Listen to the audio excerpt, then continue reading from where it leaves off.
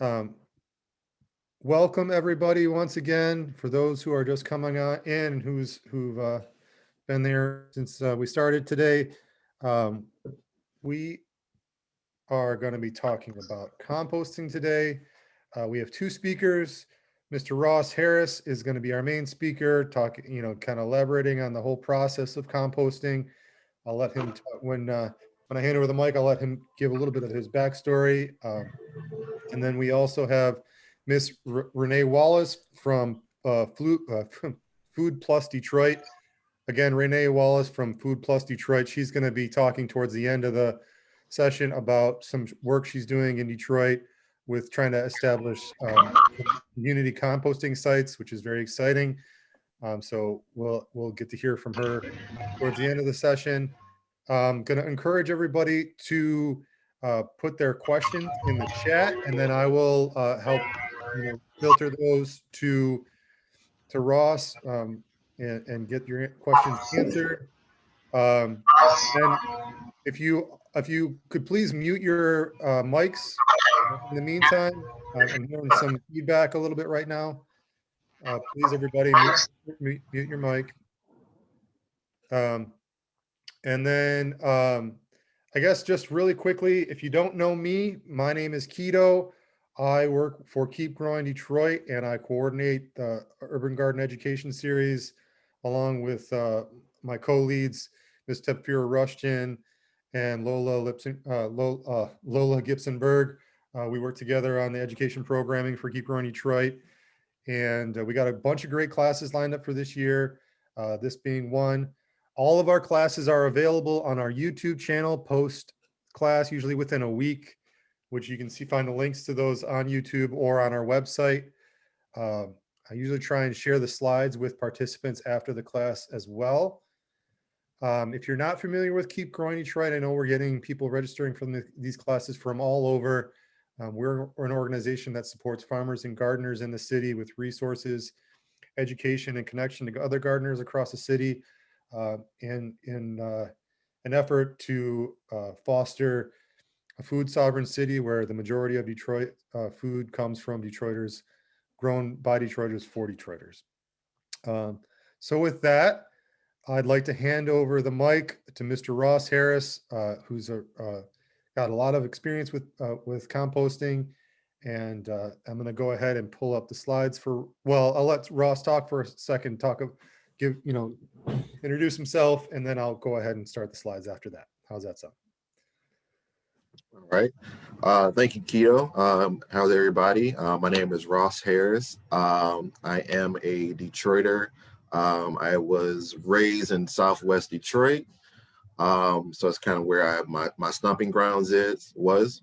And I actually moved back to Southwest Detroit about 4 years ago, and that's where I am currently. And that's kind of where I picked up gardening again.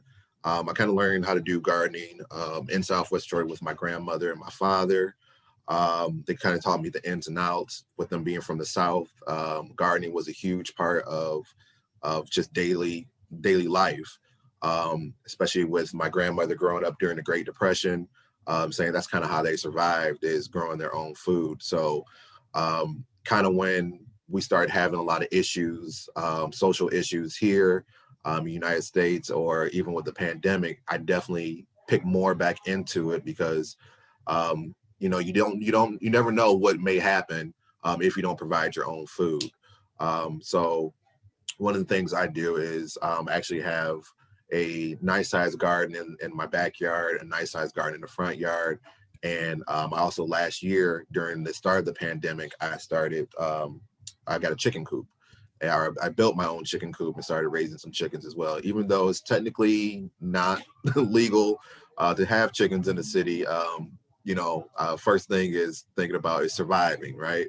We have to take care of our families. We have to take care of our neighborhood. So that was my first thought. In terms of composting, what really drew me to composting is gardening is a complete system, right?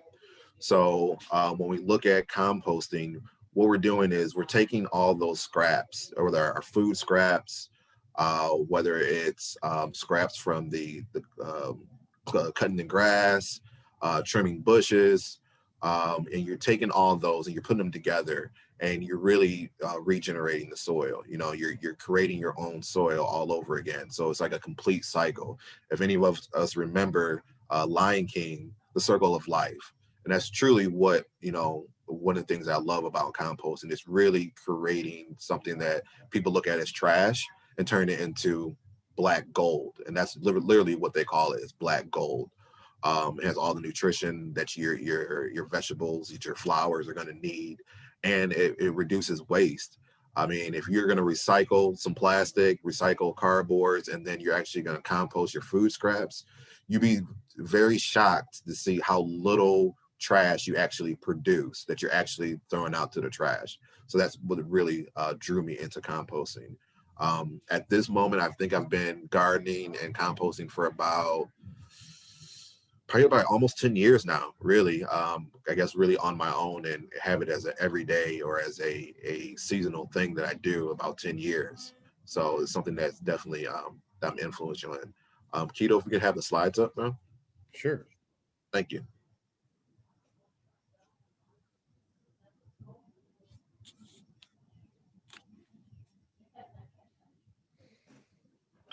Okay, so this is just like a compost basic overview. We're going to go through the basic of composting. It's not very complicated. Pretty much, if you just add the right ingredients and give it the right little love, it'll take care of itself. And now that's pretty much how gardening is. You know. So let's get to the next slide. So like I was saying, why composting? Composting is the best addition to our garden, and it's literally living soil. Okay, it's going to help you manage your yard waste. It's going to also create a beautiful product that you're going to need for your garden.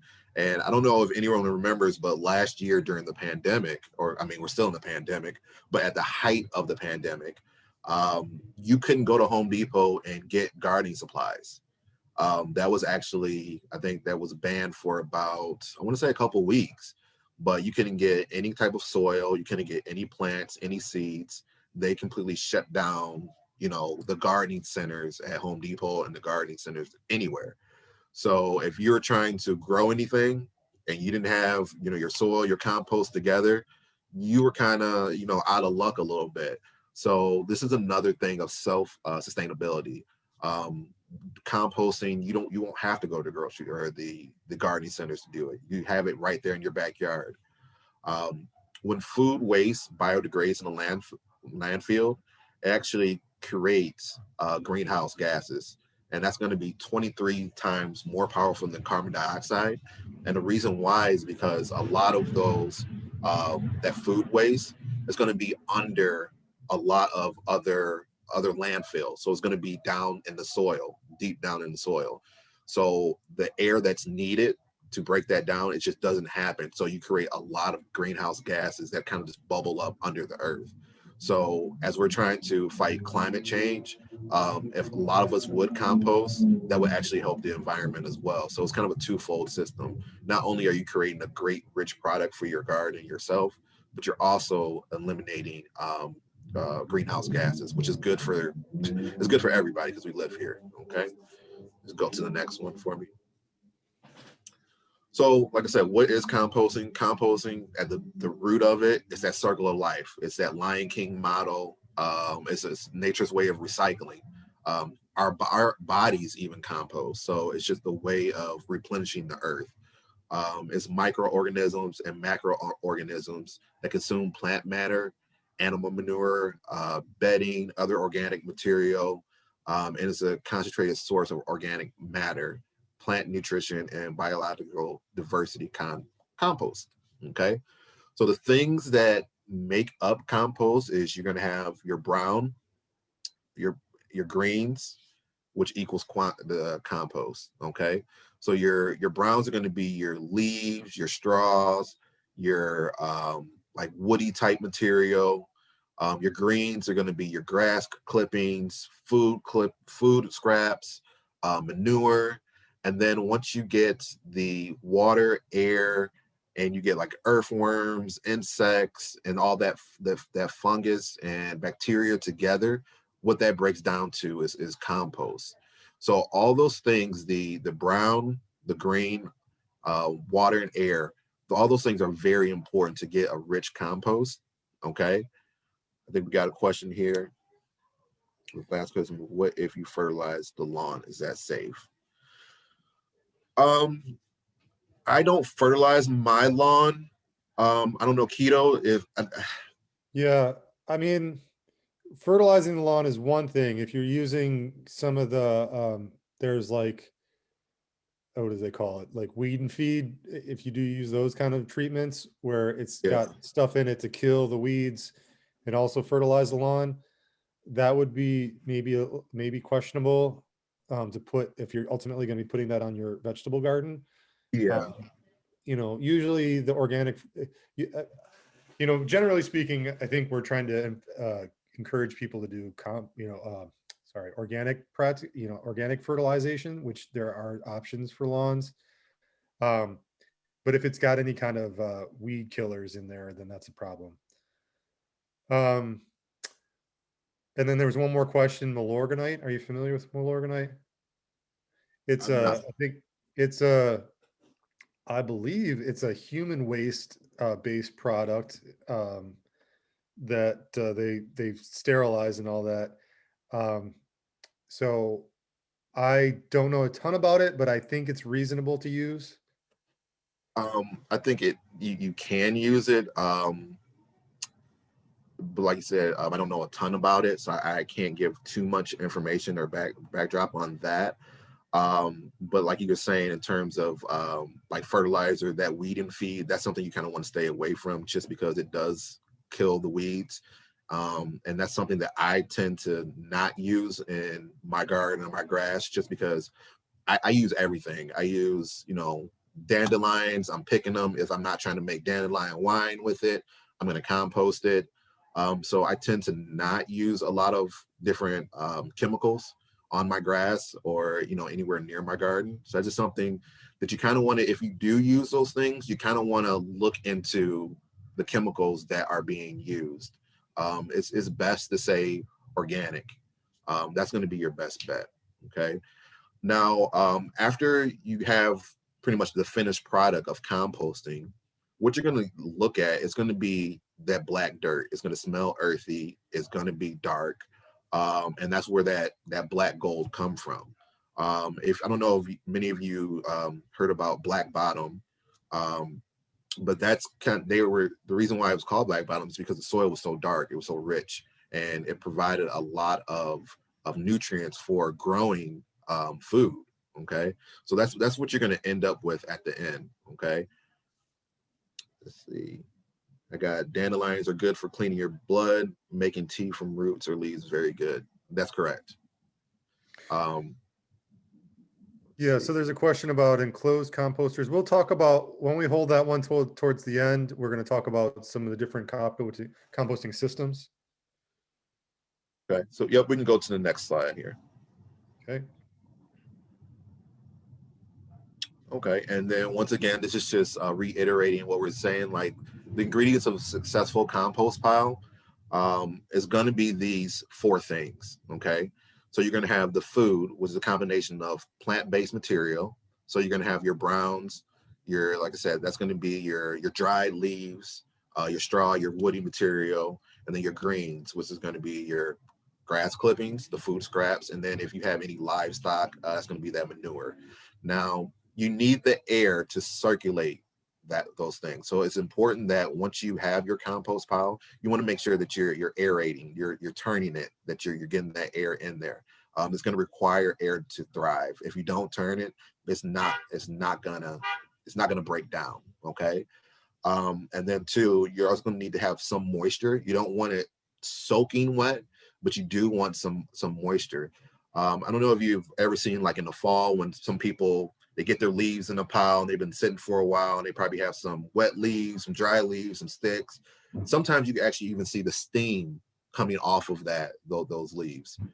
So you can't everyone hear. Can everyone hear me? Fine. Yep. Okay. And then life. Life is going to be those microbes and that bacteria that's really going to break that down. So the best way to think of it is you're creating a salad of, dead material that's going to feed earthworms, insects, bacteria, fungus, and that's going to break down into the black gold. Okay. We'll go to the next one. Thanks. So what the browns are high carbon base, and they're going to be mostly dead. Okay. Some of those examples are, like I said, are going to be leaves, straws, wood chips. Those are things that are low in nitrogen, and they decompose slowly. Okay. That's why we need to add the greens, and we need to add the water in there as well. Okay. And you're going to have your greens that are high in nitrogen. If they're left in a pile for extended time, you will notice that they'll begin to stink. Okay, so you don't want just a pile of, some people think that when you do composting, you're just doing a pile of greens or just food scraps, and that you can't just do that. You're gonna have to add some dry material into some of that. So I know some people, what they'll do is maybe if they don't have a lot of dry leaves around, or around, do actually take cardboard boxes and put them in compost, or paper bags, even some new, just ink or ink head would be good. I had a friend that had a brewery, and I was actually getting brew waste and hops from him, and I was able to add that into my compost as well. Okay. Let's see here. We'll go to the next slide. Oh, coffee grounds. If you use coffee grounds, save them and put them in your compost. Works perfect compost. You don't want to have a whole bunch of it, because it will make it very acidic. It does very well. Our tea bags brown. Tea bags, I say, since they are, I would say that they're more green. Okay. And we can go.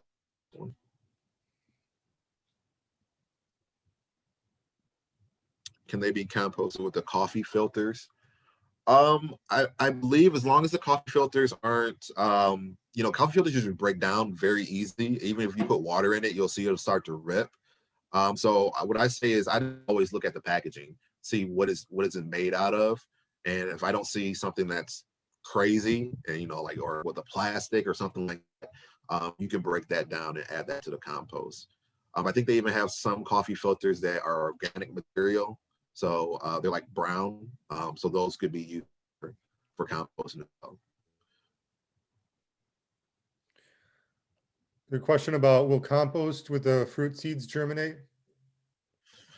I I'm not gonna. I have seen some germination in a compost pile before. So I'm not sure if it's a specific fruit seed, but I have seen plants kind of grow out of a compost. So what I say is, turn maybe get a little more air, or put some more dry material into it. Tito, have you seen that before? Yeah, I mean, I think my experience is like, yes, they may germinate, and that's I'm assuming you're thinking, the question is like, is that a problem? And even if it germinates, like, I don't think, like, sometimes, particularly things like squash seeds or watermelon seeds or things like that, those will germinate, and you'll see like little volunteer plants popping up in the compost pile, and that's fine. You just turn it over again, and that'll decompose too. It's just it. Yeah. And then there's some questions related to worms. Like, are worms, like, do you need to buy worms, or like to do composting, or do you talk a little bit about the necessary? Oh, I don't buy worms. I see them. Usually they're there. They're gonna pop up. I have a compost a little bit in the ground. So usually they just come. Yeah. It's I leave I have it kind of looks like a big house, and I leave the door open. And usually within a couple days, I'm either gonna have some worms in there, some beetles. Something's gonna start happening where they're gonna start eating it. No, you don't need to buy worms. You know, if you wanted to add some you can. It's not gonna pretty much like I said, as long as you have these four basic components, it's gonna be the rest. That's the thing that's really great about gardening, great about nature, is if you just add a couple things, it actually just it takes care of itself. I was wondering if I needed more worms. Yeah, you're not gonna need more worms as long as everything's breaking down. If you see worms in there, more than likely there's going to be some beetles in there. There's going to be some bacteria in there. There's going to be things that are needed to break down that compost pile. Okay. What what I think she might be kind of getting at is like there's a specific system of composting with worms. Like they're doing most of the work, Oh, right? Like I think maybe that's what I'm kind of gathering, that that could be kind of confusing. Like, and that's setting up a system that's that's specific, like where you have bin with worms and you're worm feeding the worms casting. the worms the food scraps, and then they decompose it. And that's like that's kind of a separate thing. This is where all of these different organisms are doing the work. Right. So for if that's the one you're talking about, so with that one, yes. So like I have a bin in my kitchen that is like a 5 gallon buckets. Um, what I do is I put the food scraps in that first bucket, and I kind of put the other bucket, well, I put one bucket into it, and I put some worms in there, and then it leaks what they call like a worm pea, which is kind of all the juices from the compost from or the food scraps, kind of like worm poop and urine, kind of leaks down into that. So then yes, that's like vermiculture. You would need more worms for that. But what we're talking about is more composting. Okay. Now, air is, like I said, is very important. It's going to be the workhorse of composting. You need the air to thrive. Um, if the compost is too wet, it's going to cause the pile to really break down slow. It's going to give it to be stinky. It's going to have, mold and mildew on there, and it's just not going to break down like it needs to do. So if you see that your compost is a little too wet, too soggy, or you're getting like a really bad smell, what you want to do is you want to incorporate some sticks, some small sticks, some stems, even some dry material, some cardboard, soak up some of that liquid, and then try to air it out. Even if you have to turn it a couple of times, just really try to get that air moving. Okay. Go to the next one, Kato. Thanks. Another thing is water. If you do not have water in there, there's not a little bit of moisture, it's not going to break down. It's just gonna, once again, it's gonna be a slow breakdown of it. It's gonna limit the amount of heat that's there. Water is going to attract the heat that's needed. Like I said, if you're ever in the fall and you see a pile of leaves, I think it's actually a composting facility off of 96, and you'll see like huge of leaves and big sticks. Sometimes you actually see steaming, and it gets that steam from the water that's in there. If there was no water, it would not steam and it would not break down. Okay, so you definitely need water. There's a question about how do we add the microorganisms and bacteria? They're naturally occurring. I think somebody just commented on that. Yeah, they're gonna be attracted to it. It's just kind of like, if you leave anything outside, it's gonna break down, it's gonna rot, but it's gonna decompose. That's their job, and this circle of life, once again, is to break things down. So as long as you have that air, that water, that they're going to do what they need to do. I think just that makes me think about there. If you're looking in some of the garden catalogs, sometimes there'll be like compost activator or something like that, and it's a gimmick. You don't. I'll say I've never bought that. I didn't even know they sold that. Okay, we're gonna go to the next one. And here's the bacterial and the microbes. They're naturally occurring, like we said. They're going to be present on organic plant-based material. These are the same organism that causes tomato or apple to rot if it's left out on the counter. So it's just kind of like we said, if you leave anything out, you know, you see a roadkill on the side of the road, you see how it breaks down. It's just the things of life, and they're going to be the ones that break down. So they're working for free.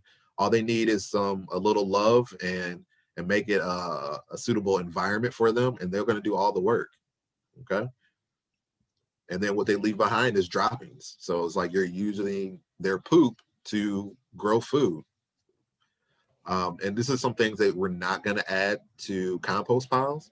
So animal products and bones, oils, weeds with seeds, weeds with invasive roots, such as quick grass, quake grass, or binewood. So I know if you Google composting, there are going to be some sources that tell you can compost animal products and bones. I've seen them before. I do not do it. I would not recommend doing it, but I know that there is some information out there that you can. I stay away from that. Weeds with seeds. So that would be kind of the weeds that you see after, when the dandelion turns into the little cotton ball things and it gets ready to fly away.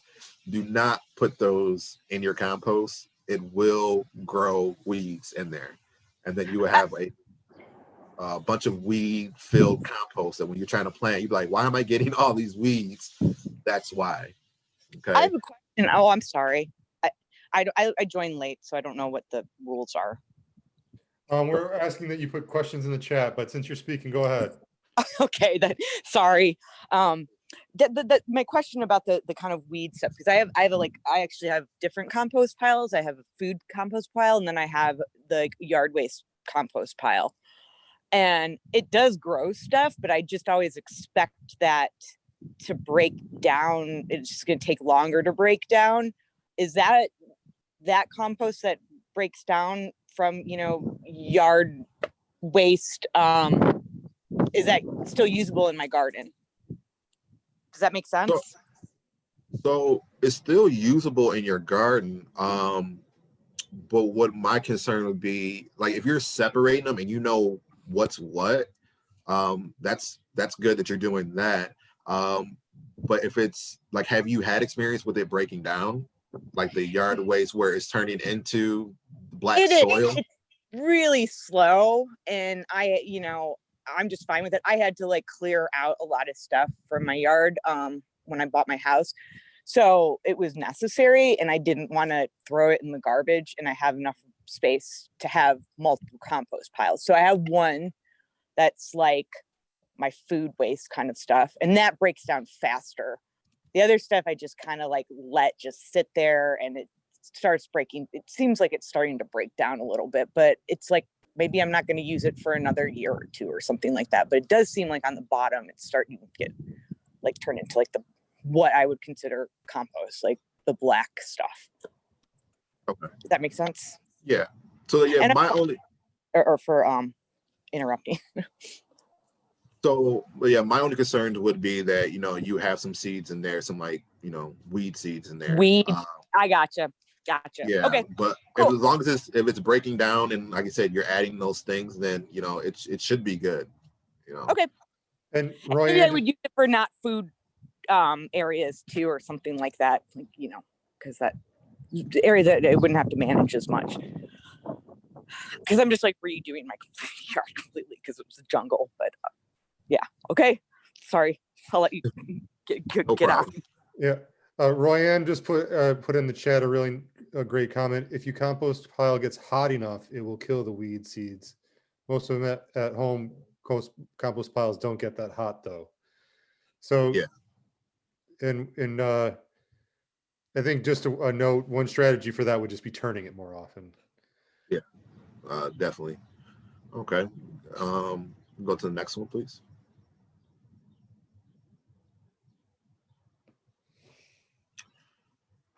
Okay, so now the nits and gritty, building a compost pile. So where is a good place to set your compost pile? Okay, you want to choose a place that is out of the way, but also easy access. Okay, so I'm gonna be straight and honest with you. Compost piles are not pretty. They are not cute. They are not something that is going to be for a curb appeal or aesthetics. They are to literally it's a production. It's really like a facility. Okay, so think of a way of somewhere you want to put it that's kind of just out of the way, but it's easy access where you're not like having to walk super far in your backyard to get to it, or behind the garage, or if it's out of the way. The way that I built mine is, like I said, is mine's kind of like a huge doghouse. So if you were to look in my backyard, it will look like a doghouse, but really it is a composting bin. So it's actually about 4 feet into the ground, and it has a nice little window at the top of it where sun can get in it and it can heat it up, and I can just dump stuff in there and keep it moving. Um, so also consider your neighbors that are going to be around, because they might complain about the sight of it or the possible smells. But what you want to do is you want to make sure that you're avoiding a lot of those smells and paying attention by turning it, making sure that it's not too wet, that you have the dry material in there. Okay. The space for active piles should be built up to about the size of a washing machine to get active. Okay. So you just need to keep adding things into it. Make sure you are um, not putting too much of one thing. Like I said, too much wet material, too dry material, but build it up to kind of do like I think with a lasagna sandwich is a good image to put. So if you put the bottom layer as dry, you want to put the next layer as wet and green, next layer dry. Just kind of just build it up a little bit to get that that washing machine level, and then you can turn it as it goes and mix it in there. Okay. A 3 bin system built out of a pallet is a good idea as well. We have compost usually attracts rodents. That is correct. It will. So one thing to do is, like I said, kind of keep it away from the house a little bit. Okay. All right. Yeah, Sorry, we're gonna get into troubleshooting a little bit. And Yeah. so that would be, I think we'll make sure we spend some time on troubleshooting. So we can talk about addressing rodents, addressing bad smells more in depth as we go on. So another thing where you have here, store source material in bins or buckets with lids to avoid the unpleasant odors, but that will also avoid the rodents as well. If they're in a bin. Well, like I said, one thing I do is I have a 5-gallon bucket from Home Depot. So what I do is next to my trash, I actually have that 5-gallon bucket, and I put all my food scraps in there that I can compost in for the week. And then at the end of the week, I take that, dump it into my compost bin, and whatever brown material I have, I add that on top of that, and then close the door. You also want to look about drainage, because it's gonna drain. So you want to make sure that you're not draining onto your driveway or somewhere where it could pool, and you have like a big puddle of water that has broken down material in it. Okay, we'll go to the next one. Okay, and this is the recipe. How do we actually make this happen? This is kind of what I was saying, that lasagna method. If you can see there, you have at the bottom, it looks like there's earthworms, probably some green material. You have some brown material, some more green, browns, like a little brown on the top. That's kind of the part of what they call a compost lasagna. So what you're going to do is you're going to stockpile greens or browns and greens until you have enough to build a pile of a 3 foot by 3 foot, the size of a washing machine. Okay. So the recipe is usually 3 parts brown and 1 part green by volume. Okay. So for example, if you have 3 buckets of straw and 1 bucket of kitchen scraps, okay, and then you're going to layer that brown and green until it's full. All right. Now you're going to add the sticks and stems, and that what that does is that's going to have that air. That's going to really add that air into there because you want it to be where you want it to, if you can't turn it a lot, or you just know you don't have the time to turn it a lot, add some sticks in there and get kind of like some little air vents in there to get that air circulating. Okay. And then when you get a chance, if it looks a little dry, because as the summer goes, it's going to dry out. Just wet it down with a gardening hose. Okay, as you just add more material. So once the bin is full, water every week or so.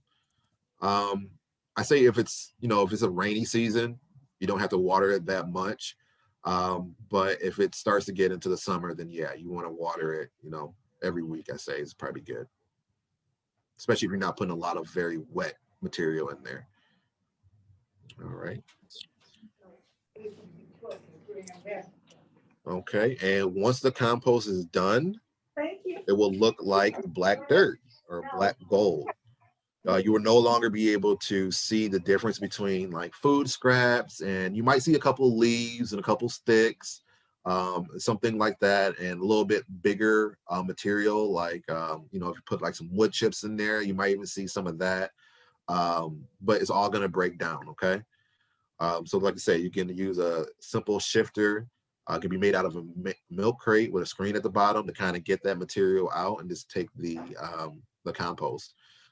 What I do is I actually still use, if I have large leaves or some leaves or a couple sticks, I actually still use that. I don't really shift that or sift that out of my compost mix. I actually use that in my garden, and my plants grow very well. So I'm not sure if it's still breaking down as it growing. But for me, I just leave it all in there. Can I interject for a second? There's a Go ahead. good question here that I think is a good clarifying question. How does it get done if I keep adding things? So go ahead. So how does it get done if you keep adding things to it? Well, that's the whole thing of turning it, and you kind of can see after a while, once it gets to a certain height or a certain fill, you kind of want to leave that. What I do is I kind of leave it alone and kind of start working on another pile, because like you said, if you keep adding things to it, it's not gonna. You're gonna get some composting, some compost at the bottom, but once you add some more to it and you're trying to turn it, you're gonna have a mixture of a rotten apple with some leaves, some green leaves, and then like some dirt. So it's just going to be kind of a mess a little bit. Yeah, perfect. Right. Like that's kind of the concept of the stockpiling, like having your source materials ready to go and then building the pile periodically, or having multiple piles going depending on how you're Yeah. system. Yeah, depending on the size of your garden. I know some people that have, three piles, 4 piles, things like that of that nature. Okay. You can go to the next one. Okay. There was a request to go back for a second. So Okay. See that. Linda, I'm just going to go back to that slide. Is this the one you wanted? You want to take a pic? I will be sharing the slides at the end, so you Share can the also slides. access it that way. Okay. All right. Going. All right. And then I just want to there's a quick question about just compost, just general, how much compost to put down. But like in your garden. Yeah, like how often do you apply and how much? So usually, I'm gonna be honest. Most of the compost that I create, I use most of it in my garden. So I don't usually measure. I know some people have like a formula of how much they mix with theirs. I tend to just use it how it is, black gold, and I use all of it. And Yeah. I mean, I keep going to try. We generally recommend about a 5-gallon bucket's worth for a 4x8 area. If you can do it every time you plant. So like that's a good general rule. So, you know, a half an inch or an inch spread over the area every time you plant. Now this is a screen. This is a simple shifter that can be used out of milk crates with a screen at the bottom. You see, it's very simple, so you don't have to do any cutting, anything like that. You just usually just go there to Home Depot. You can get one of these screens. Just put it at the bottom, cut it to size, you know, glue it, and then this is how you just shift out the bigger material. Once again, I don't unless I have big material like this, I would shift it. But if it's just a couple of sticks and leaves here and there, I honestly just put it in my garden. That's just the way I do it. I have a very natural garden. It won't hurt anything. Okay. So this is okay. Oh, sorry. No problem. How do we use it? So this is kind of answer the question I think that we just had. Add approximately I think that's 1 5-gallon bucket per 4x8 area. Mulch or side dressings, plants midway through the season. So you'll kind of just want to add some more to it midway through, especially if you have a spring crop, a summer crop, and then a fall crop. Okay. You want to mix with potting soil if you're going to grow transplants or filling pots. You're going to do 3 to 6 parts potting soil and 1 part compost, and making compost tea. So the compost tea is the liquid that you can use to kind of just add to the garden as time goes on. All right, go ahead to the next one. So the troubleshooting. All right. So if you have bad smell, that means it is too wet. That means it is molding, that you need to add some more carbon.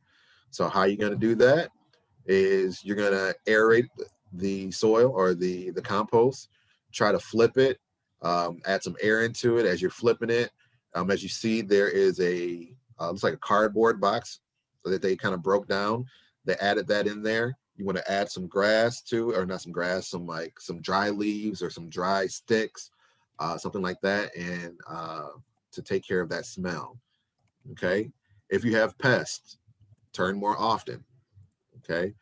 If you have no heat, once again, add water, turn more often. Turning is very key to getting the whole thing going. You kind of want to turn it.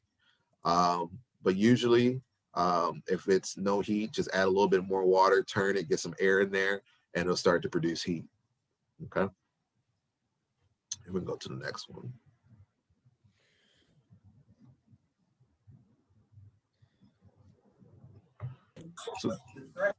So as you can see, and this is kind of what I was talking about, how the steam forms. And you see the left corner, like it's like a big pile of leaf. You see the steam forming, that's the heat. That is what we're kind of talking about. That's kind of, what you want. So yours may not be like that just because that looks like a larger scale production. Most of these pictures look like a large scale productions. I doubt that any of us are going to have compost piles like this just because of having neighbors in close facilities, a city ordinance and things of that nature. If you look at the top right, you have some fruit or some produce, some pumpkins, and it looks like it even has a little bit of ash in there as well. So they put ash in there. I do bonfires a lot throughout the year. So that's something that I also put in mind, is a little bit of ash as well. And at the right corner, it looks like some leaves that they composted, but under those leaves, you see like you got that thick, dark soil. Is bonfire?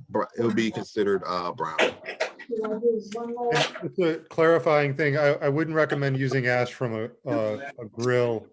Not a grill.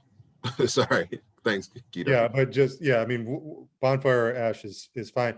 That does affect the pH, so it's something to consider to not overdo it. Yeah. I've got a little feedback. Can someone mute, please?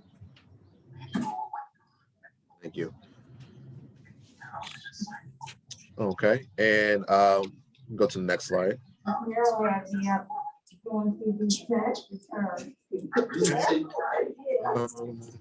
on once.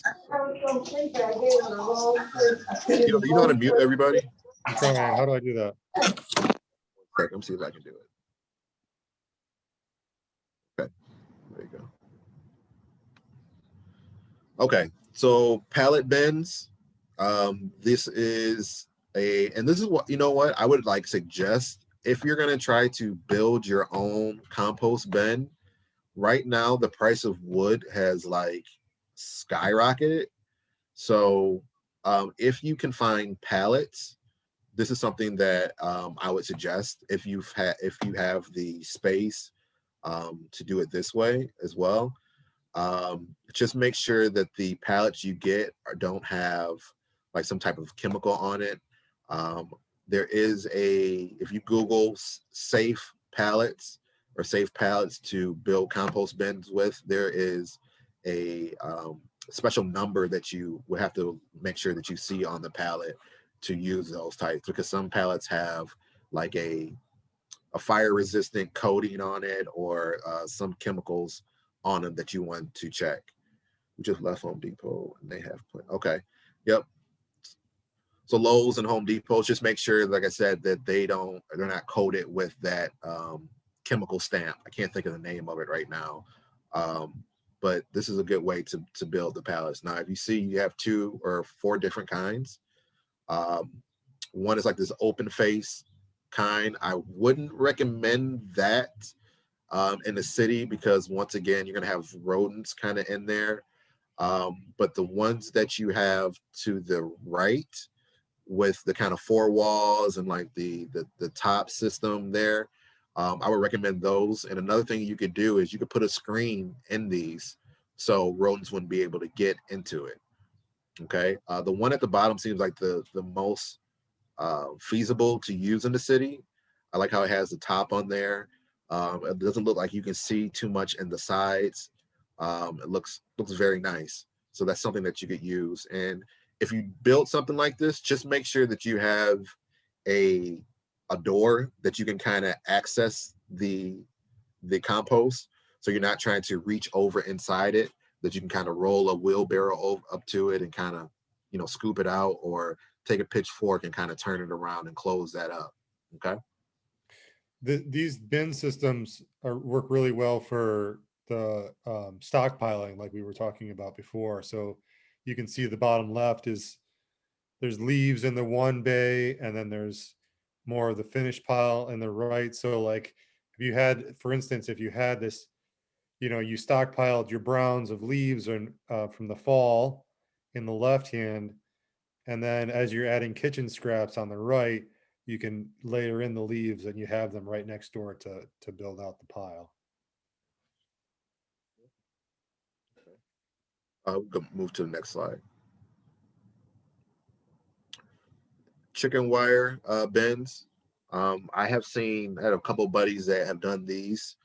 They're not that cute. They're not that nice looking, but they definitely get the job done.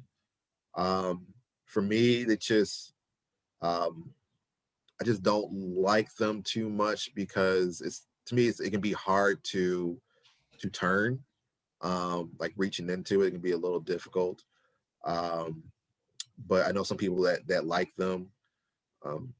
Yep. So I see someone says hard to turn with the chicken wire. It can be. So this is a way. I just don't do it. I don't know if Cato has any experience with the chicken wire Yeah, one. I mean, I've seen ones where they're like kind of set up.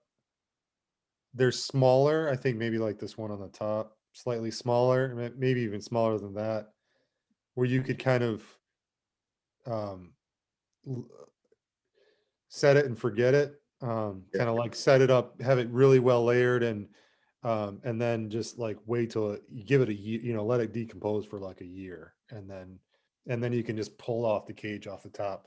But I agree, it seems like more of a management, uh, more work in terms of Yeah. management. All right. We can go to the next one. There's a question, can you build a compost using concrete blocks? I think that sounds like a great idea to me. So the way that my compost bin is, like I said, mine is actually, once again, it looks like a doghouse. So I dug I'm about 4 feet into the ground. The sides I use cinder blocks. So in the ground it has cinder blocks around it that's built up. The bottom of it is dirt, and it's kind of like a doghouse that's put on top of it. So yes, you can definitely use cinder blocks to do that. Long story short, okay. These are other compost designs. Something for a home garden. Like I like the top left one. I think that's really nice. It seems easy, accessible. One thing that I think is important to realize, or important to do with composting or home gardening or homesteading is this is not a farm. You know, we don't have farms. We have small home gardens, and unfortunately, we have to do other things for for capitalism. So we have to go to work. We have to run kids to different places. So we want to do something that's very manageable and easy. You don't want to do something that's going to make a lot more work for you. So anything that can make it easy, sustainable, and convenient, you want to look at that.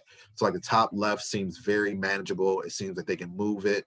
It seems like it would keep rodents out. It seems very easy to turn. Does a plastic garbage bin work? So I've never seen someone use a plastic garbage bin. I know they have like plastic composting bins. I'm not sure if that's made the same type of material or same type of plastic that a plastic garbage bin is made out of. So I think I'm it's not.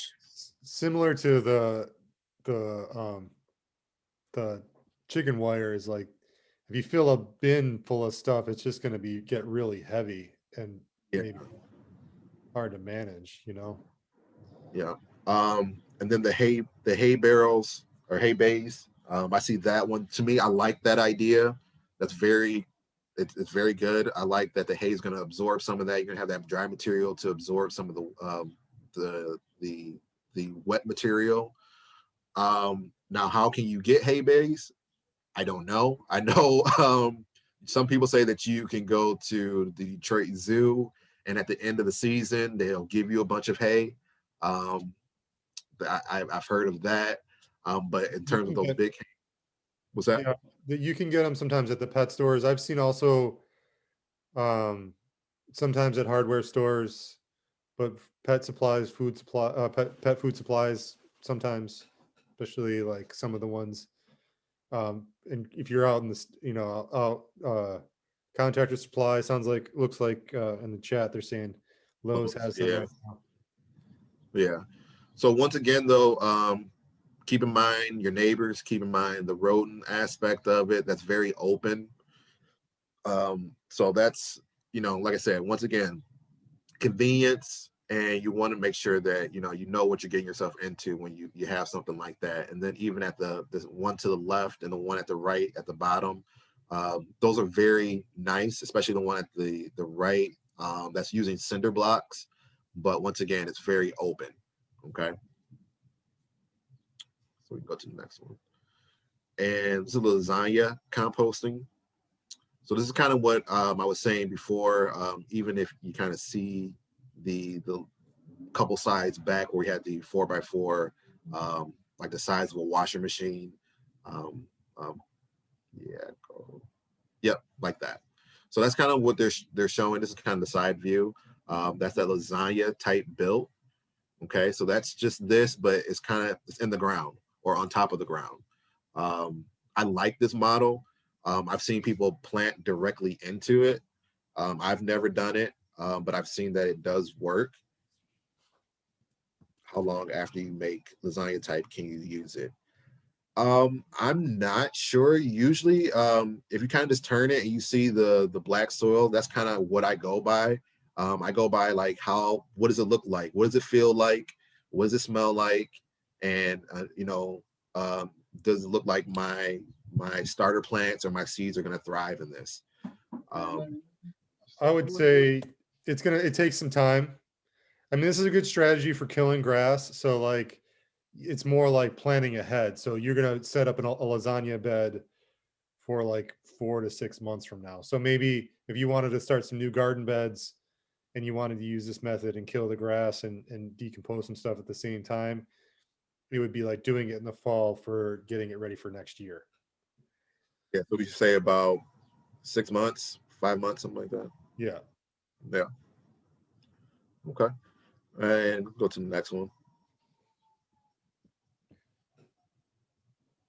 And this is kind of what I was talking about as well when I think we had the question about the plastic garbage bins.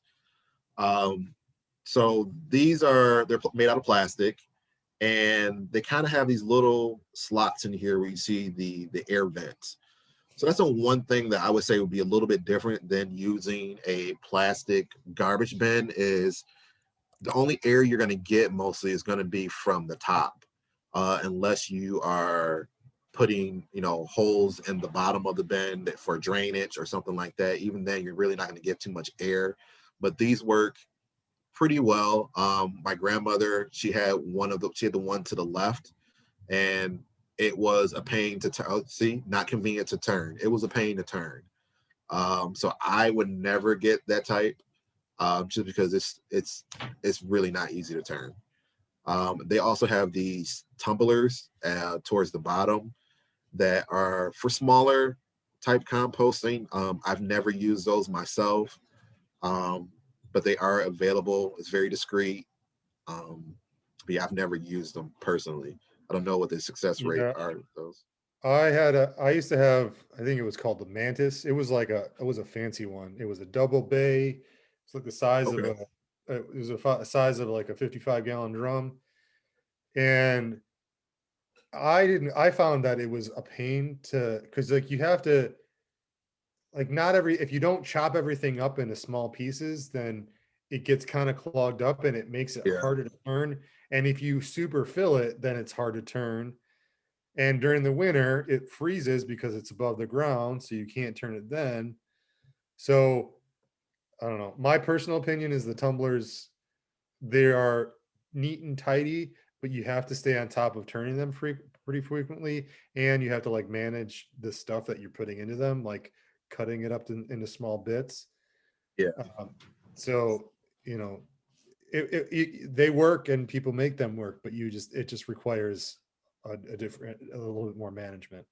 Yeah, I would say to me, it's just more time invested. Like I could tell you all the compost I have would not fit in these. And I don't even, just looking at it, I don't know how I would turn, manage to turn it and do anything with this. So I wouldn't recommend it unless you just have a lot of small scraps.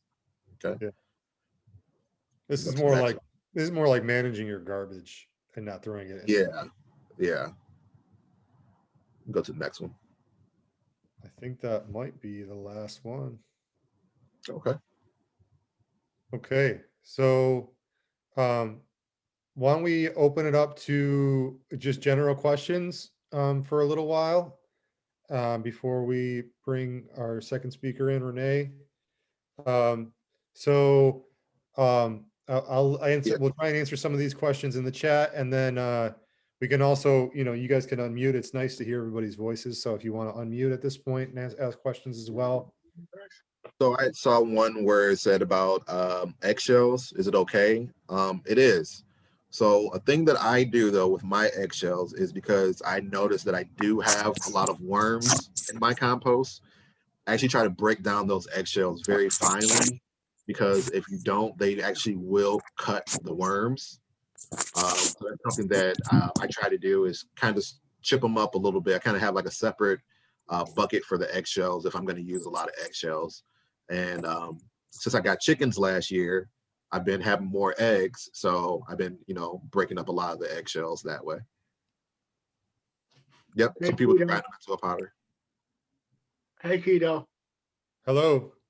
This is Alfonso Sharp. Hey, Fonzo. Okay, so I got two different kind of compost situations going on right now. I have like a 50-gallon bucket that we've been composting in for 2 years. And I think from what listening to your presentation, it's just like it's too wet. It's too much moisture in there. So I really don't know. I guess from what I got, I should add more dry compost, add more dry stuff to it to get it to be able to compost right. And the second one is that I have like a section area that we put bins around that we've been composting in that's got a lot of dry stuff too. And I guess we just got to start turning that. Am how can I use the like compost tea almost that's been brewing for like a year in the 50-gallon container that we got it in? Or do I have to just get rid of, drain that off and then deal with the compost after that?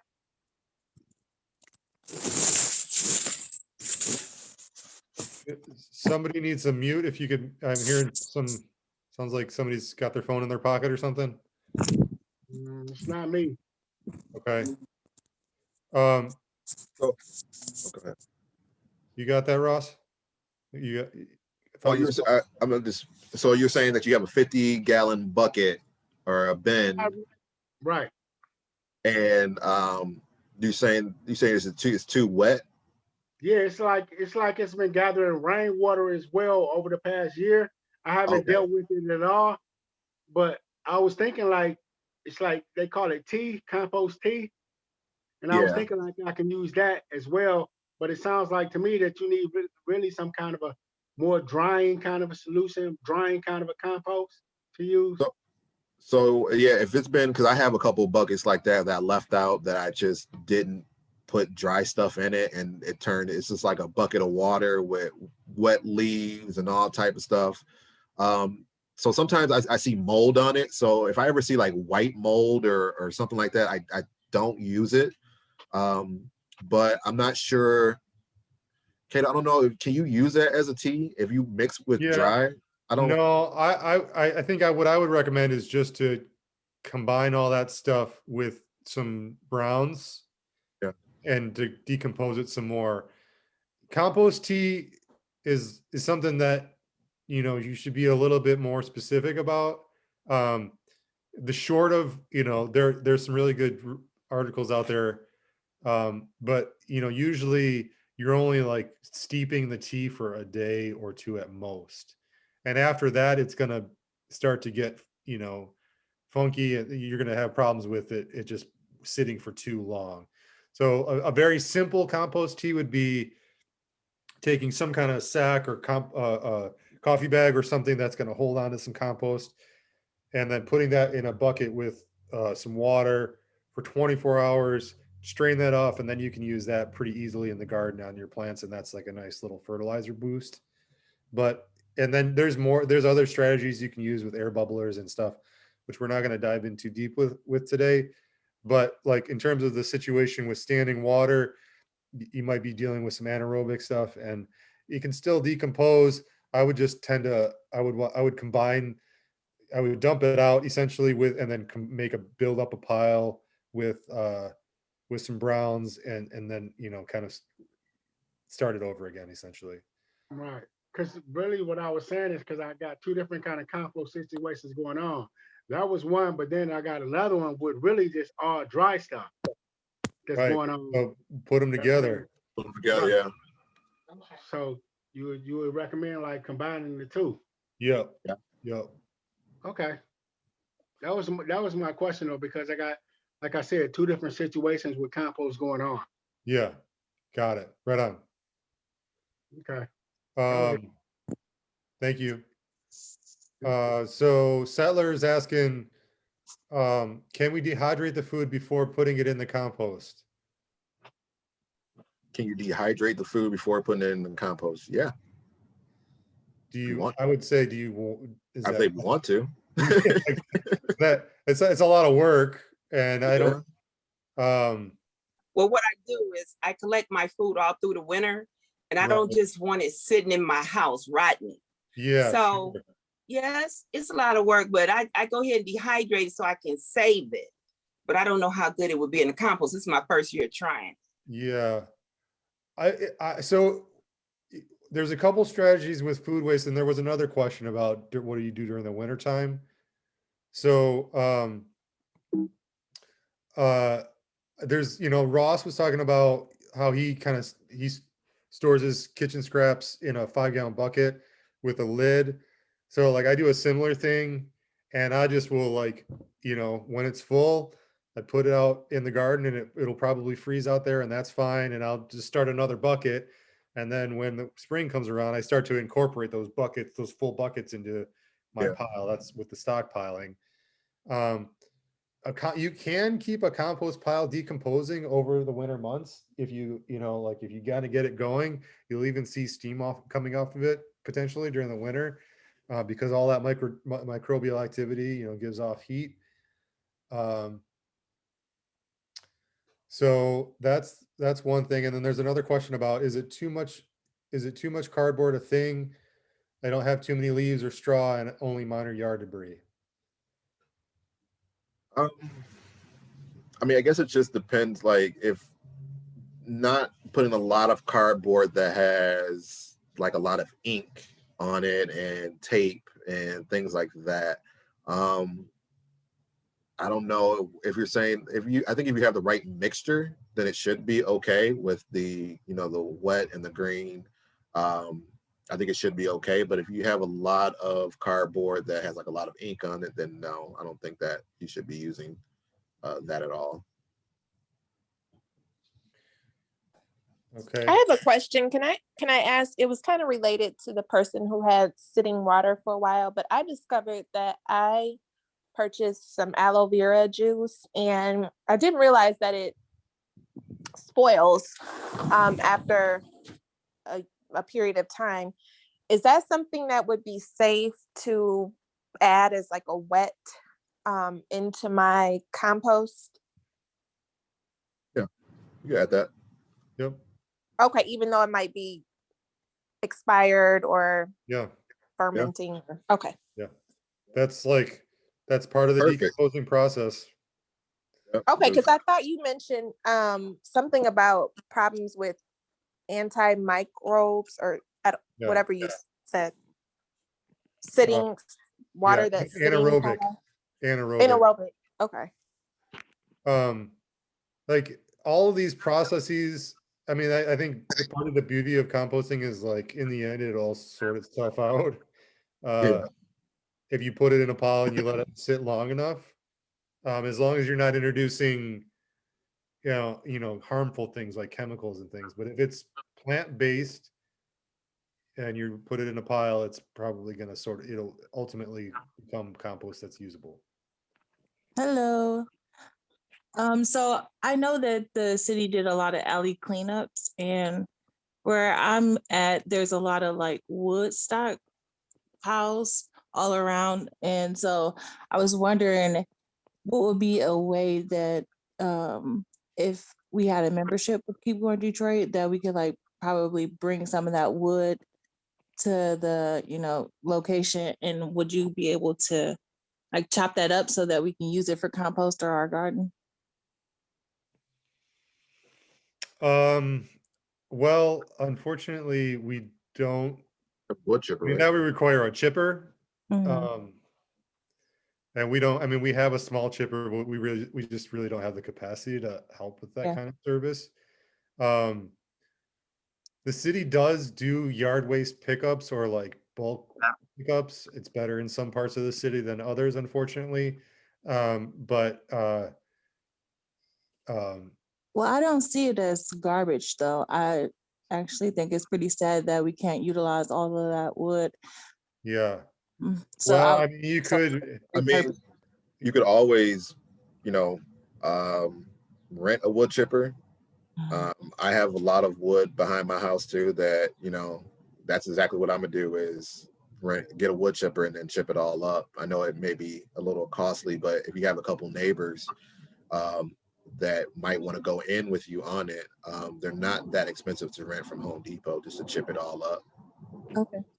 Then my other question was, if people have like small properties and they don't have like a big backyard where they could do compost, what would you say is like the feasibility of like doing a compost, would you then recommend one of those like apparatuses things that you can buy from the store? Because I'm really concerned about rodents. Like I don't have the, I'm really scared of pests and rodents and stuff like that. So like if there was a mouse in my backyard, I would probably move. So it just speak to like the capacity of like having a compost if you have like a small lot and it can't be super far away from the house. Well, I'm gonna say that if you have a garden in your backyard or in your front yard, more than likely you might see a field mouse. That could be a huge possibility. But if you don't have the room to compost, you're saying like if there was like a field close by to you or something to that effect? Is that what you're I was saying? thinking about that. Or like, do you like how far away from the house would you recommend it to be? Well, is this, do you want to make compost or do you want to get rid of waste?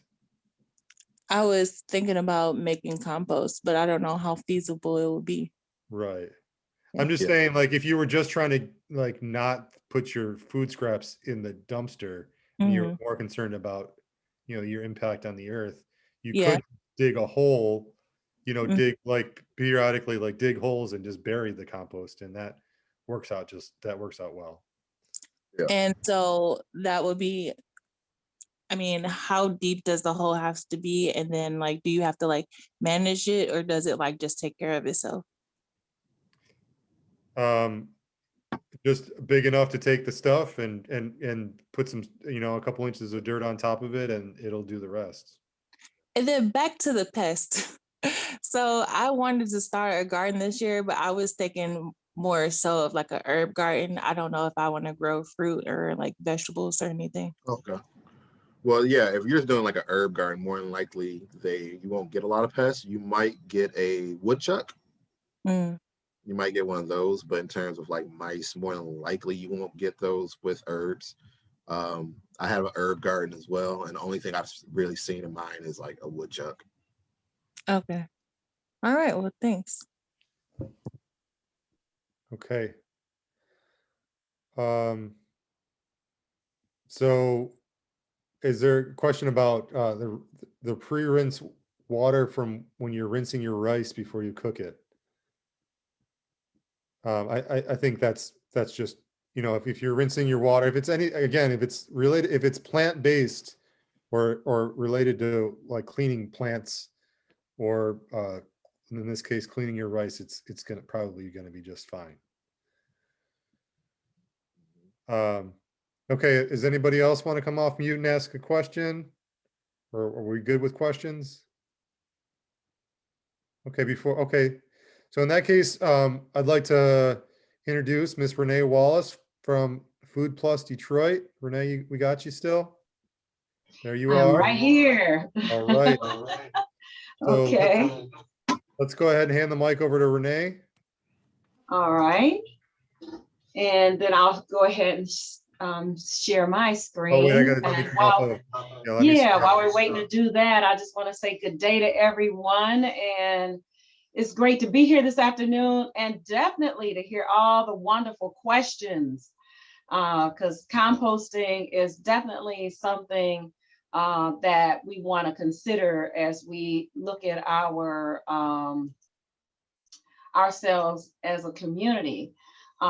So today, I'm only going to take a few minutes because this was really, Ross and Keto were gracious to allow me to join you today.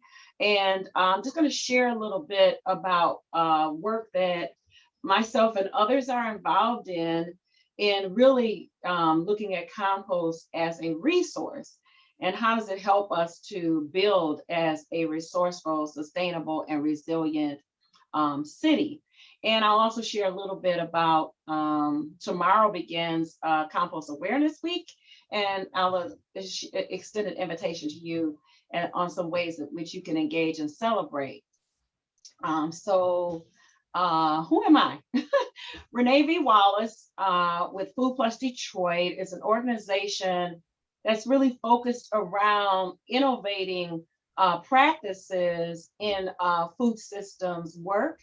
And it also extends beyond food systems. So if there are things that some of those practices would help in other areas. And why am I here? I'm here because I love compost. I think compost itself, it has so much power in it. And part of why I'm doing what I'm doing is to share the kind of power that compost has, you know, to improve our soils. It also impacts our water, our air, and our climate. So I always say that compost is a superpower. And there are things that it can do for us in our community that benefit all of us.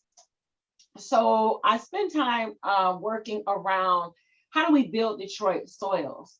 Part of the work that Food Plus does is we're advocating for development of a citywide composting system that is diverse in scale, and so that we can take, reclaim, divert, and repurpose resources. So right now, people refer to it as waste, but the food we don't eat, because I say everybody eats, we ate, everybody ate, now what? What happens to the food that we don't eat?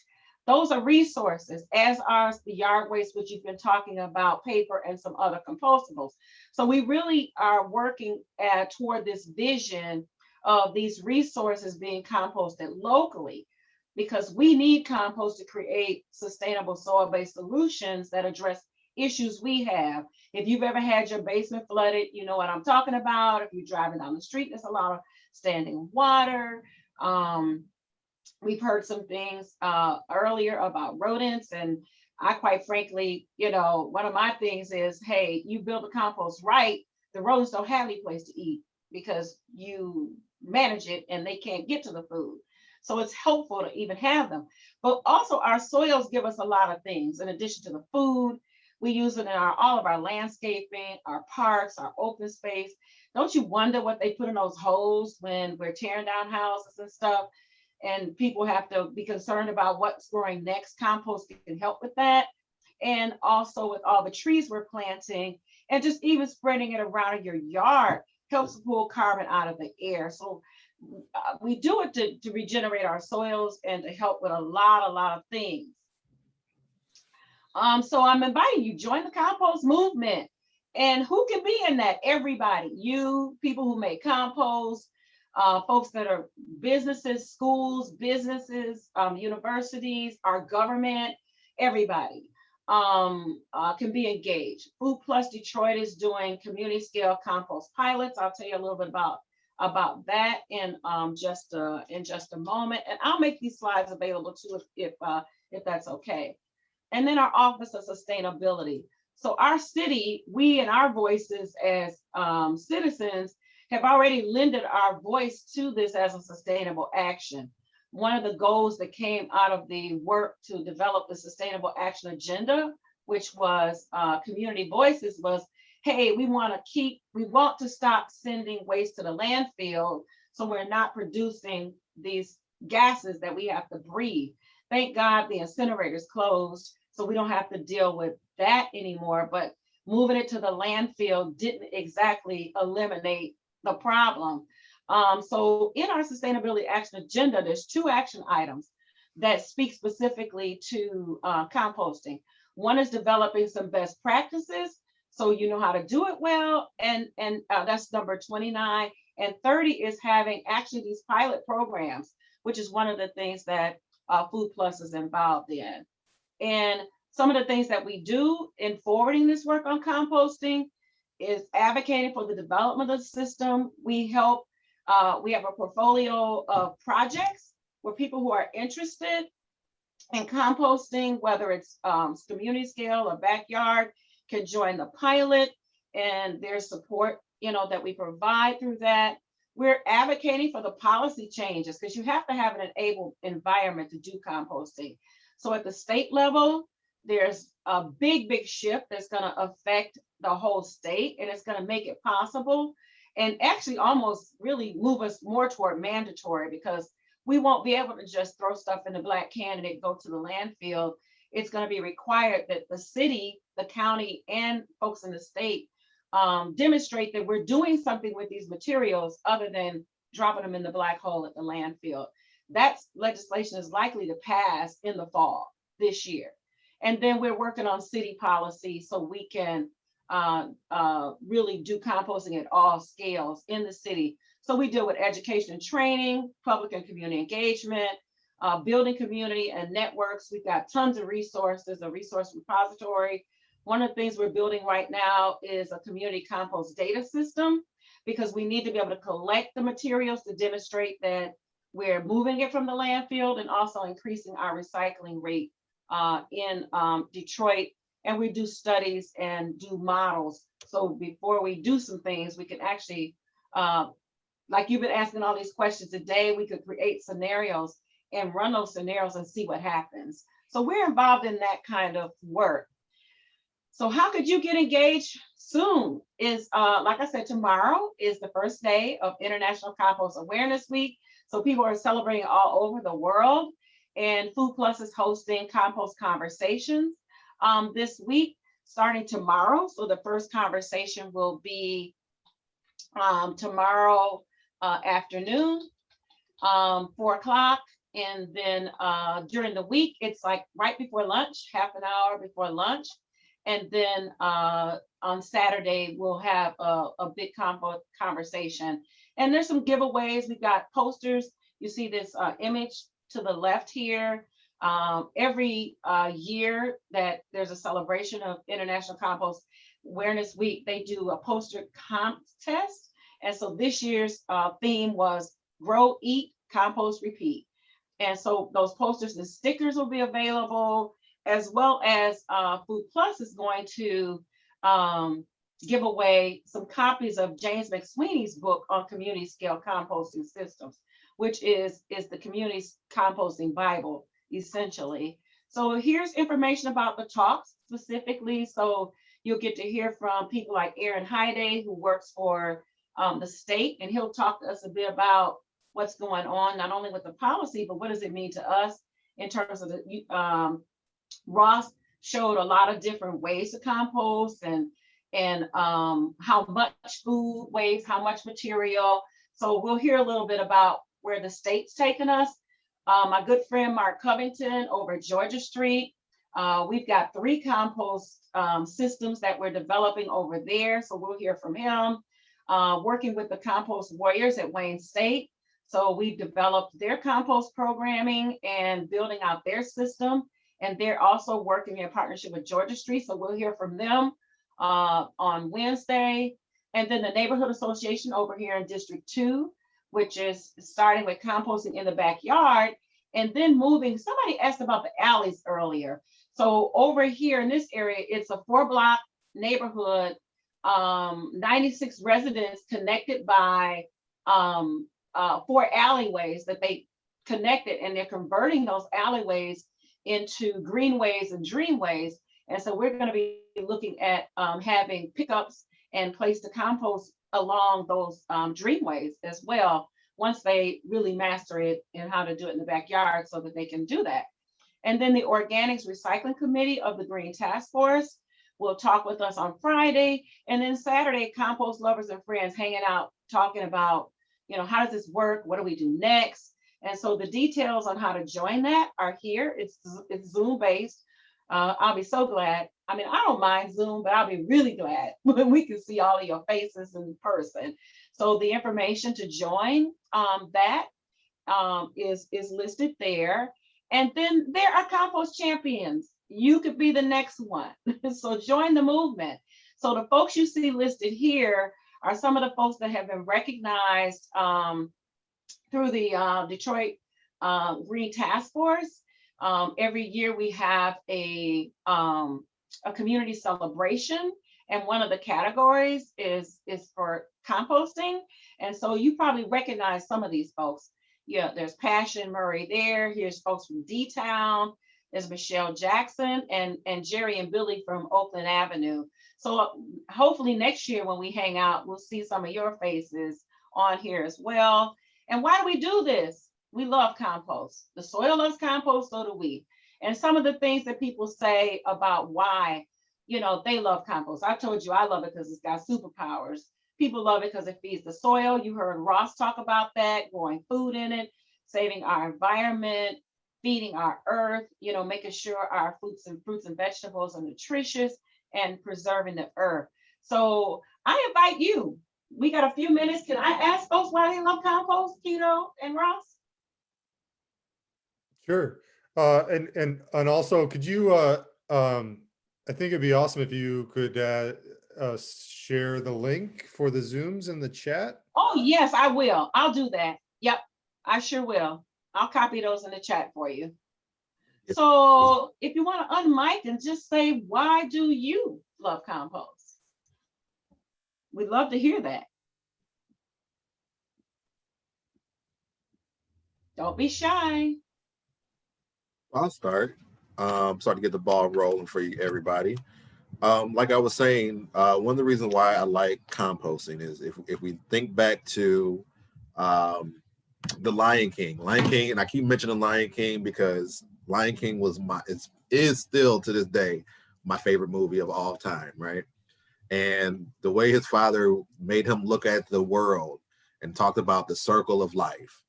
I believe that, composting is essential to the circle of life. Even when we pass and when we go into that next journey, our bodies go into the dirt and they break down and they feed something else. So it's just a constant reminder that everything is a cycle and there is no end to anything. It's just an always continuous cycle of things. And even last year when we had the height of the pandemic, when everything was shut down and people couldn't go to the gardening centers, I had compost. I had stuff to grow food, and that self-sufficiency is something that we all need to do to make it in the world. So those are reasons why I like composting. Awesome. So Ross loves compost because it's essential to the circle of life. There is no end to anything. There's always a cycle and self-sufficiency. Thank you. Keto, why do you love compost? I think composting is really, it's a necessity on some level. If you're planning on farming or, it's just it's a real valuable tool for just bringing nutrition into the garden in a, it's kind of along the lines of what Ross was saying, in a self-sufficient way. And it's interesting to learn about. We didn't get into the more sciencey aspects of it, but like the temperatures of, it'll heat up in certain points of the season. And so as a kind of in a science-minded way, it's cool to try out different materials or to turn the compost pile and feel the heat coming off of it and getting a sense of that. But in the end, like, I think if it was to be in just a few words, it's because it helps my plants, helps my garden be awesome, having compost. So. Awesome. So do you guys mind if I invite some people into the conversation? I see Jay Underwood is unmuted. Jay? Hi, how are you? Hi there. Tell us, Jay, why you love compost. Well, my thought was stolen, but that's exactly how I look at composting. It is the circle of life. We're taking from the earth, we're growing our plants and whatnot. We eat our food for nourishment. And then you look, you can either create garbage or you can return it back to the earth and create more life and do it all over again.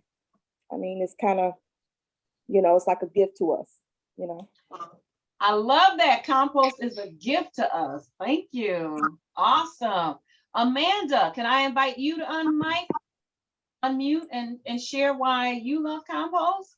Yeah, no problem. Thanks for coming today and giving your presentation. We appreciated it. I apologize if there's any noise in the background, but I'm new to composting, but just the idea about reducing the amount of waste, especially in the kitchen, and giving back to the environment, helping our gardens and our plants and native plants thrive. Also just giving us the ability to think, it can be a very personal process, and yeah, so that's why I love it. Awesome, wonderful, thank you. Camille, can I invite you to share? Why do you love compost? Well, I haven't created a compost. I'm here to learn. Oh, And, awesome. I've gardened Okay. for many years. I lived down south and returned to Detroit. And while I was in the South, I worked with Black organic farmers who learned organic farming through the generations from George Washington Carver. Carver taught Black farmers organic farming because Black farmers could not afford the pesticides, or if there were issues around literacy, couldn't read the mixing instructions. So I call on my friends down south for pointers, and they're asking about the compost bin. So I've got to get one together to bring myself up to speed. So thank you for asking me to share. Awesome. So Camille is a future aspiring composter. Is that right? Could I say that? Yes. Awesome. Awesome. Who else wants to share why they love compost? If I could ask one or two people, and then I'll give some contact information and hand it back to Ross. I'll speak. I'm Settler. Okay. I like compost. I'm doing a lot of things with my son. He started it. He's a collector of many things, and compost just happened to be one. And with composting, you know, we don't like to waste our food, but at the same time, when we get newspapers and envelopes, he likes to shred them up. So we're putting that back into the compost, and he does it because it's like science to him. Mm-hmm. So it's about, we're trying to learn how to live simply, live naturally, and enjoy doing what we're doing, and to share it with our friends too.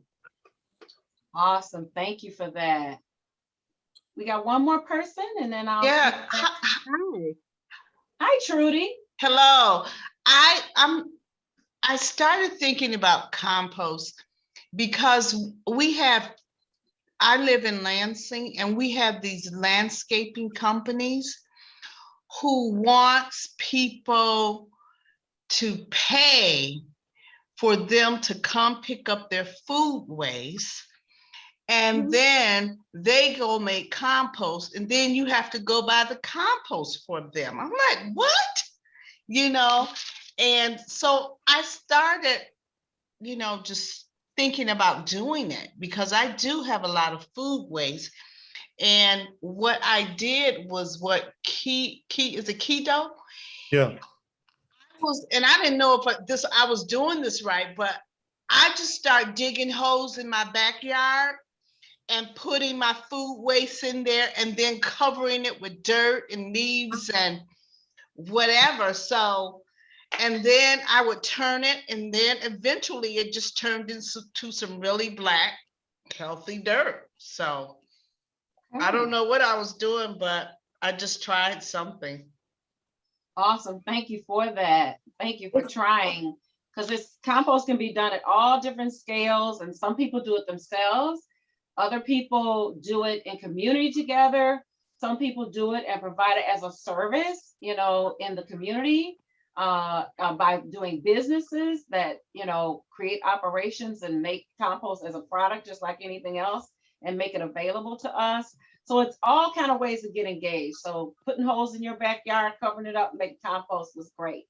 All right. So what I will say, just in parting, I invite you all to join the compost movement. This conversation is a way to get engaged in that. Feel free to reach out to me. Keto, if you'd like, I'll share this deck.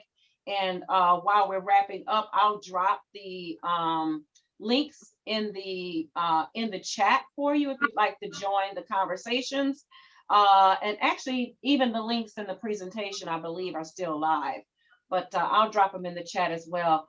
So I want to just say thank you again. I really appreciate the opportunity to join in the conversation today and to meet all of you, and look forward to having compost conversations with you and getting our hands in some soil and making some compost happen. Right. Thanks, Renee. Jay Underwood, you wanted to add one more thing? Go ahead. Oh, I just wanted to add one more thing about just the composting. Another one of the things was I haven't composted every year in gardening, but I did notice that the years that I did compost, those were my most productive garden harvests, those years when I did my own composting. And plus, I feel like I was wasting every time, you're cutting a potato or, peeling a potato or whatever scrap that you may have left, the end of like, let's say romaine lettuce, and then you throw it away. It's like, you feel like you're wasting. So it's another way to eliminate waste and to actually give back. But I did have the most productive gardens when I used my own compost. Right on. Thank you. Okay. So Renee's gonna is putting some of those links and such to the chat. And I'm gonna ask Renee to also please share those to me in the email. Just because I'm gonna be sharing after the class, probably sometime Monday, I'll share the recording from today. I'll share the slides from today, and then I can share Renee's resources. So if you get those to me, then I'll put those out in the email to everybody who is in the room today. And then just kind of to wrap things up, just want to say thanks, Ross. It was a great presentation. Nice work. If there's one last question about compost from Keep Corn Detroit. Are we supplying, so we usually supply finished compost for members of the Garden Resource Program. And yes, we are doing that again this year. That's going to be available at the resource centers. You are technically what we call active in the Garden Resource Program by coming to the class today.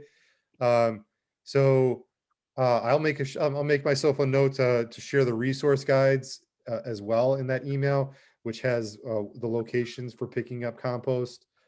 So for a family garden, you can pick up about a half yard. For a community garden, you can pick up a full yard. And I guess I just want to put it out to you, Ross, if there's anything you wanted to say to wrap things up. No, I think we covered everything. Composting and it's the first start of gardening. So you guys are in the first start of it, and take control. That's what I say. You are, by composting, you are contributing to sustainability, and so happy composting. Yeah, right on. All right, y'all. Thanks again, Ross, and we'll see you guys at the next one. Have a great day. Bye, everybody. Bye, everybody. Bye.